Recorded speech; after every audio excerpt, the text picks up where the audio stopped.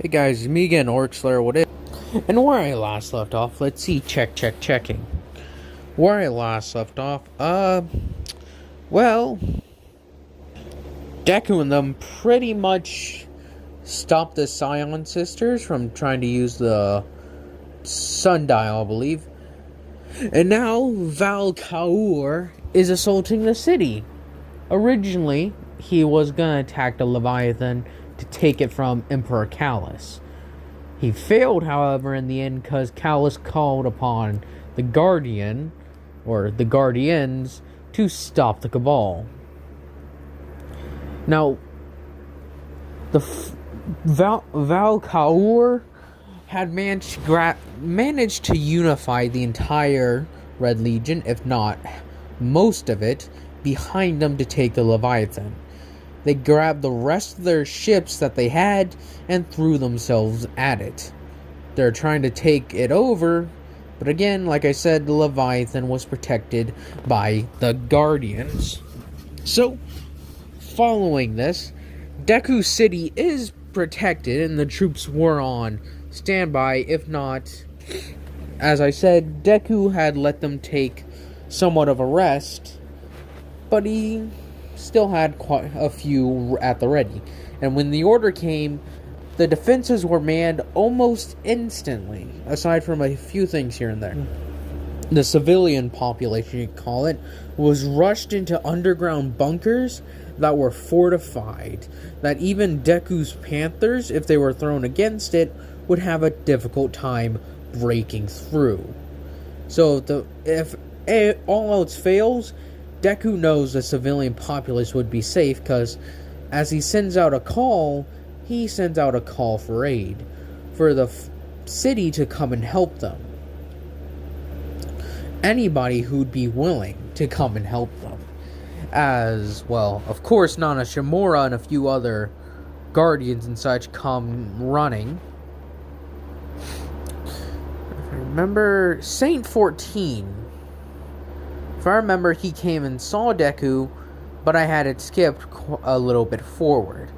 As Saint 14 hears about how Deku and the Panthers are being attacked, he somewhat thinks about it, says, deciding that the young Guardians will take care of it. And from what he hears, the Panthers would survive.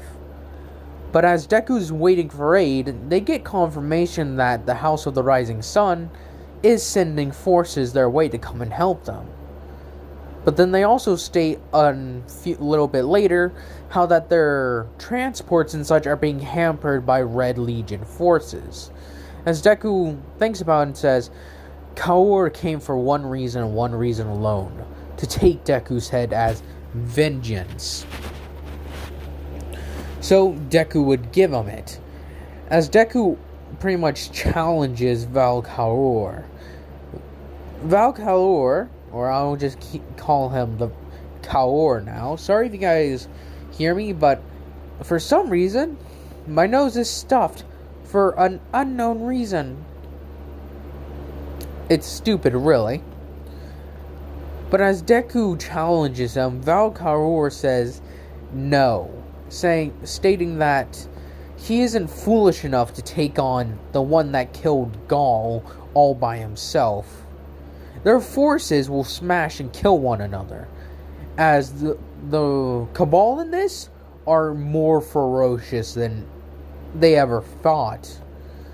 Even ones who had vengeance in their heart weren't as vicious as these ones, since, these guys had new hatred, while Deku and them, well, after he pretty much completely humiliated the forces on Mars and such, before Destiny 2, they had grown tired, and that hatred sort of withered away from absolute undying rage to a bitter resentment, if not a little bit of fear mixed in with it. As Deku's fleet held a nice little formation, you could call it, they spread out a bit more as they sent fighters and skiff to try and do what they could. Deku's ships got hammered a bit. He had plenty of catches, Plenty of other style of ships. Their anti-air defenses were working their magic as well. Deku deciding that he needs to focus on the ground war at the moment. That his commander or that his fleet organizers could deal with it themselves. With Deku forcing his way into the lower parts of the city, if not on the walls, as yes, there are walls. As the defenses are letting off their firing, Deku sees how these Cabal are vicious, as he overheard them saying that the Cabal are vicious, even more so, as then one is cut off, as they just hear the roaring of Cabal battle cries, where the Panthers echo their own, trying to slaughter as many of them as they could, as this is will probably be the hardest battle that the Panthers will ever fight. Because the city, when they first attacked, wasn't even an assault. They weren't trying to hold the city. They were trying to hold ground while they got civilians evacuated. And as for the Red War, as they put it, Deku's forces were holding lines and taking ground at their own pace. Because the Cabal would launch attacks, they would hold them off. When they launched attacks, the Cabal would have some success as well. As a defensive war wasn't both sides, but the Cabal that Deku's people had come to fight during the Red War were veterans who had fought his group before, had gotten used to their tactics, as I told you before. And so it became a Cold War somewhat in some areas.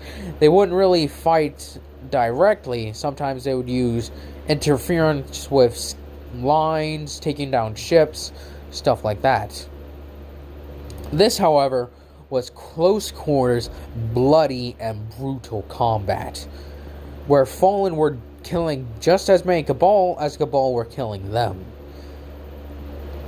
Decimation is the only thing you could call it, as Deku and his Panthers are losing a bit of ground. As they start talking about each sector is losing quite a bit of ground while others are holding. This may be different, but think about it. In the streets, like, Fallen may be able to form defensive lines and use things and such, but the Cabal are massive, where their shields are able to cover entire squads, or a couple of Cabal at a time.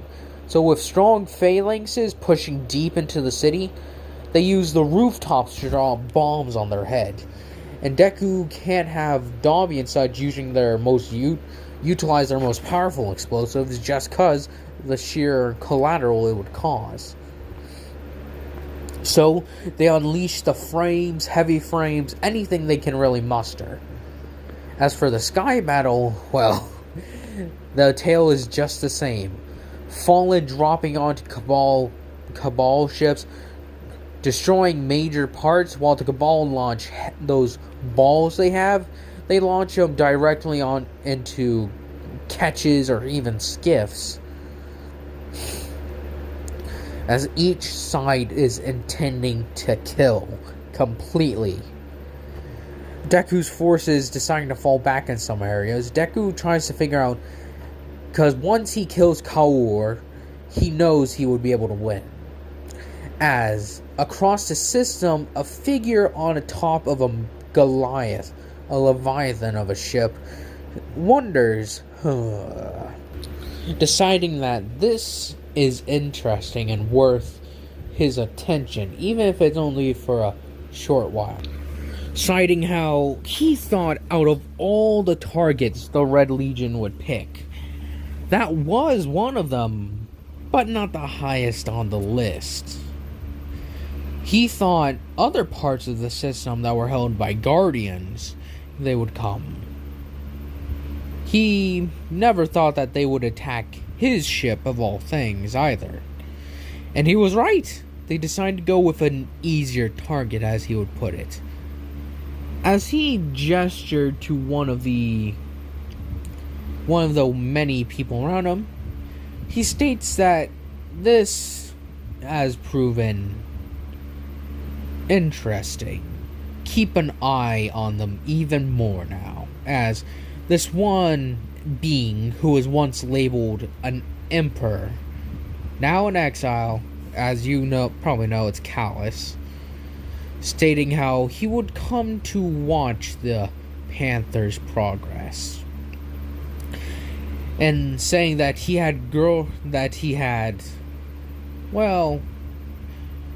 Panther had grown fat, or had grown strong. Well, it's like grow fat from strength or something like that. Grow fat from strength or something like that. He would use a variation of the phrase that he tells. That he had taken, stolen, and killed. And had grown strong with it, eventually rising to be a mighty force upon this world. Among the stars, Callus would have no doubt that he would be a prized mercenary group out of anything. Fierce warriors could easily take on one of the Cabal legions, at least now. Beforehand, they were smart and kept quiet to themselves, nitpicking here and there. And he said that he wonders what would become of them when the great end of the universe comes for them. Will they shout in defiance, accept it, or would they struggle on as they always have? As he stated that that the Fallen had purged the entire Earth, all of Earth, of Hive, and were making way on the moon. So he would come to see what they were made of. But as we go to other places, Deku's forces are at this point still bloodying themselves against the Cabal. As when the forces as Zavala had received the thing, instantly Nana Shimura had rushed off. The hunter, as they would note, as they talked about this, noting, we would send what we can, but we cannot leave ourselves open to attack. As they say, as she's like, Ikora's like, you don't have to. As they took note that after Kay died, hunters barely roamed the city. But after they heard about this, some of them went back to the city, as they noted an influx of hunters, as they weren't even worried. They acknowledged who Deku was. The man the being that had avenged Kate 6. As they armed themselves with the best weapons and such that they could get their hunter hands on. As then a little armada of hunter ships blasted off. As the hunters decided that Deku deserved this much at least. As Kaoru stated that they need to kill him quickly. So he, with an elite group of blood guards, tougher than any other. As they landed, Deku was in the middle of pretty much the center of was in his palace, you could call it, after learning that he couldn't do as much here as he could do with coordinating the attack. So he fell back, even though he hated it as much as he did, and started giving commands, ordering troops left and right, forming defensive lines and deploying in the exact right positions. Kirishima took the one on the ground, along with Kaminari, as his troops and such, even though they were more technicians than actual warriors at some point, for some of them, they were still ones that were willing to fight and die for the ones they cared for, stating that they would fight back and beat down any group that opposed them. So they unleashed some of their experimental technology, as they noted that some of these weapons were so dangerous that some Fallen themselves actually were hurt using it. As one Fallen had created what was essentially a laser whip. The whip was complete, had a line of very, very sharp ceramic blades that also had electricity running through them. So similar to how the Dreg's knife worked. As they wrapped that around Cabal and ripped it, it would completely sort of tear into their flesh. As sometimes they would hurt themselves with it, as they were not complete masters with it. As Deku and them as Kirishima and Kaminari forced their ways through, Toga and her forces took to assaulting high commanders, as they would put it, leaping onto ships and storming them. As several ships were shot down, but several more of Deku's were completely shot down as well, as they, instead of crashing down onto the city, they would throw themselves into more Cabal ships, as it was complete anarchy. As Deku's personal guard, the Panther's Fang, I believe is what they referred to as, or the Panther's Roar, one of the two, they became, as they pretty much told Deku almost immediately, Valkaur is assaulting the palace. As these elite blood guards took down dozens of Fallen by themselves. With Kaur there, they took down dozens more.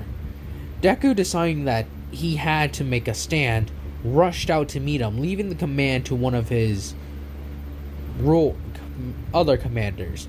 As the Panther Guard, weren't just simply, the biggest and toughest Fallen. There were also some of Deku, like Kirishima realized that Deku wouldn't just want brutes and such to be his bodyguards. He wanted to be intelligent enough to make tactical decisions if Deku left them up to something. So they're the equivalent of a Cabal blood guard. So with that, he left them be, telling them to take command of as he left several of them take command of where he would have to dilate orders. As Deku made his way, he ordered for them to grab his heavy armaments, a modified Scourge Cannon, thanks to Kirishima. As when he brought open through the doors, he saw Valkaur and the Blood Guard standing above dozens of Fallen that were holding the palace. There were a few of them in a few corners tucked away that kept on firing. As a Blood Guard was shot down, Deku said, "Finally, Kaor, you come to fight me. We can end this now. Bloodshed on both sides could end here and now." As Kaor said that with his head, he would bring back the Legion, the Red Legion, back to Tora battle. Not as dishonored failures, but as honored avengers. As Deku challenged him again to one-on-one combat, Valkaor throwing this aside as he killed the rest of the Fallen in the room, aside from Deku's Panther Guard, as Deku leading his elite bodyguards against the Satyrians and such. Valkaor is about, let me check again. There's no designated height for Valkaor, but I do have a height for Deku, so I'm guessing Valkaor is smaller than Gaul, because Gaul was 15 feet tall, so I'll have Valkaor being like maybe 12 feet tall. Seems fair. And Deku, with all the years of excess with a lot of ether, he was at the point when he fought the Mechanicus, the Electris, or something or other, one of the Scorn Barons, the biggest among them. He was shorter or a bit taller than her, just by a little margin. And now with maybe a few months, not a year, he was taller than her. I'll say that's a definite. Now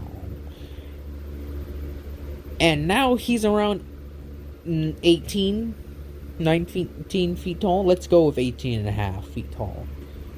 So at this point, Valkaor is dwarfed by Deku.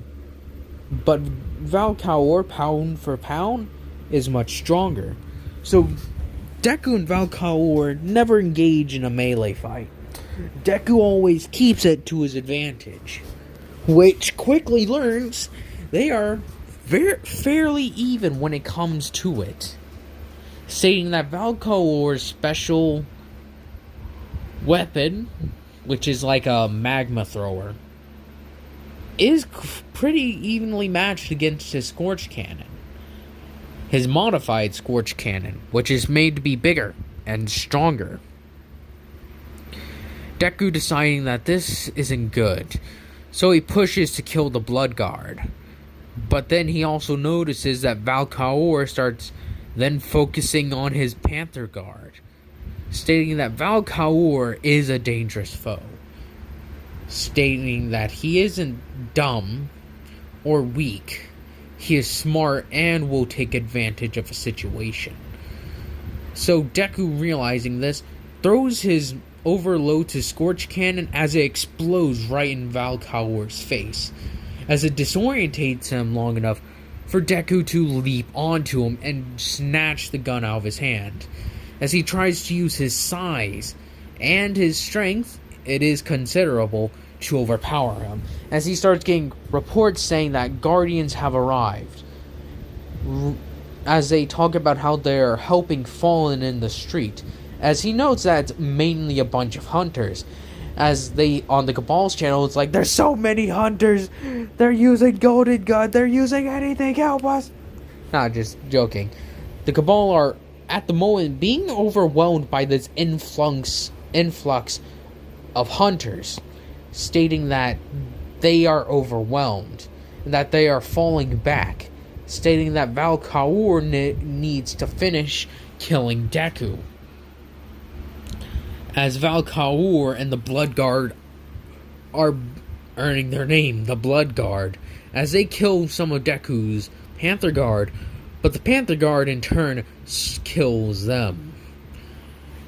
As Deku, becoming desperate, lunges again at Valkaor, even more so than he was before, as Valkaor was able to get free from his grip and now had tackled Deku through a wall, as they are crashing through walls, as Deku and him are flipping tables, taking broken windows and such and slamming it against one another, as Deku eventually is able to get an advantage, as he takes a sword that he found on the ground and stabs it into Valkaor's backpack, which is filled with magma.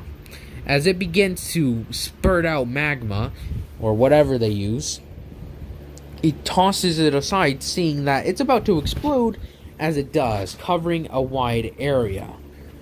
Deku, seeing the opportunity, shoves Valkaor into the blast radius as it burns his side.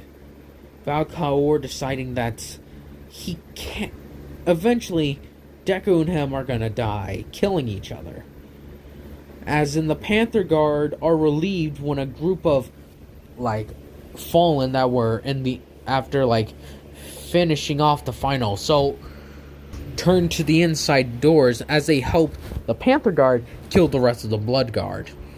Eventually, it came to Deku down to Kaor, as Deku and Kaor fought each other all the way up to the very top of the building, as Fallen would come, seeing blood and ether spilt in places.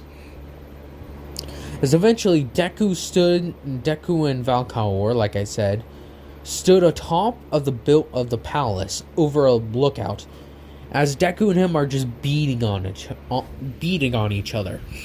Valkaor rips off 2 of Deku's arms. At that same point, Deku then rips off Valkaor's head and hits him with it, as he goes to start beating on him, as it's just a bang, bang, as he just continuously smashes it down onto him.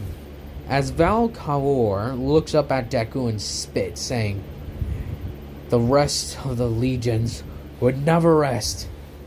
They will avenge the the Dominus. They will see you and your wretched kind hang from your entrails, where your failures and victories will be unwritten, and they will see that you are forgotten in history." As Deku picks him up and says, We will never be forgotten. We have made such a dent in this force, defeating 2, 3, maybe even... Well, technically, personally, I think the Dust Giants Legion and how it said, oh, there's many different legions like Dust Giants, Siege Dancers, and all that. I don't think the Siege Dancers and Dust Giants are a different legion. Literally, they all sound like they're made from the same legion. They're just different parts of it. Like, they have the Dust Giants, which are just veteran troops. That's all they are. They're not really a legion. The Siege Dancers, they're another part of that Sand Eaters Legion that just specialize in what they do.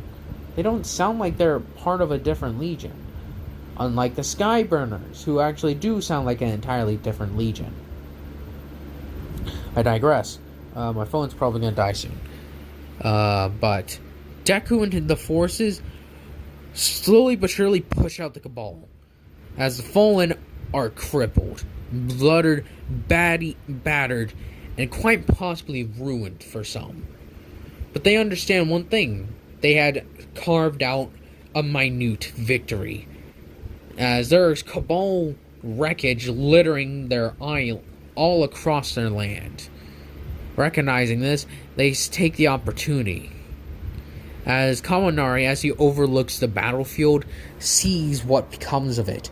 He sees Fallen struggling to walk after they had a leg torn off. He sees others bleeding out. As he states to himself, things have to change. They need something so as that no other race in the system would dare attack them again. As he already starts thinking of solutions. That their alliances with the city and the House of the Rising Sun won't do doodly squat if a force such as the Red Legion could easily stroll up and punch them right in the face as they did. The Red Legion is falling back, and others are trying to destroy as much as they can before being eviscerated. Deku takes a look and weeps as one of the Panther Guard would tell him that they won, as Deku would look over his city, the ones that he was charged to protect with, as the Fallen, like I said, sees them actually start to cry. Or at least the Fallen equivalent, saying he hasn't won. He has failed to protect his people. As in, the Fallen tries to console him, saying that they knew what they signed up for when they decided to follow him, stating that the Cabal are to blame, that Deku did nothing wrong. As Deku isn't reassured by what he said, he merely feels even worse, as he swears to himself that this kind of thing will never happen again. Not in a million. No, even until the lights, all the stars in the galaxy burn out. As long as he still lives, this would not stand. But I want to thank you guys for watching. I hope you guys enjoy this. Hope you guys continue to enjoy this. And I hope you guys have a nice day, nice night, nice life.